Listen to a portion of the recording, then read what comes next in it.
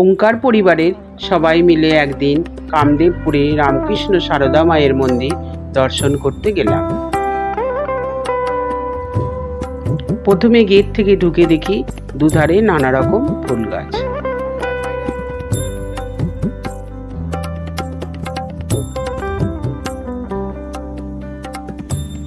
আমরা ওখানে পৌঁছে দেখি মন্দির বন্ধ হয়ে গেছে। বিকেলে মন্দির খোলার অপেক্ষায় মন্দিরের সিঁড়িতে বসে রইলাম। মন্দির থেকে বেরিয়ে সেখানকার স্থায়ী কর্মচারীর মুখে মন্দির তৈরির ইতিহাস জানলাম। এটা কত বছর হচ্ছে মানে মন্দিরটা হয়েছে?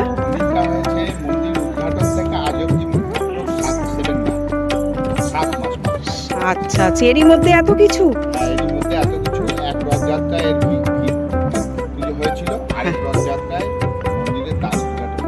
বাবা, দেখে তো মনে হচ্ছে যেন বছর 5-6 মানে আগে থেকে এটা তৈরি।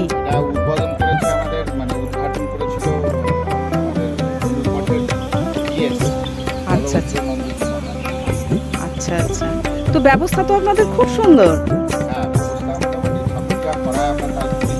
আমরা তো মানে একটা মানে ইউটিউবের ভিডিও দেখি, আমরা ইউটিউব থেকে ভিডিও দেখি এখানে এসেছি, তো এসে তো আমরা সত্যি আমাদের ভীষণ ভালো লেগেছে আপনাদের ব্যবস্থা। আচ্ছা আচ্ছা, সেই সুপারি কারখানা এই গাছপালা যা দেখছেন আমাদের সেইগুলোই প্রিপারেশন ছিল যে মন্দির করবো বলে চিন্তা ভাবনা ছিল। আচ্ছা, এবার আমরা ওই ফোনে একটা ব্লগ করেছিলাম। মন্দির খুললে ভেতরে ঢুকে রামকৃষ্ণ সারদা মায়ের মূর্তি দর্শন করলাম। মন্দিরে মহারাজের কাছে অনেক কিছু কথা শুনলাম এবং জানলাম। দুপুরে সবাই মিলে মন্দিরের ভোগ পরম তৃপ্তি সহকারে খেলাম।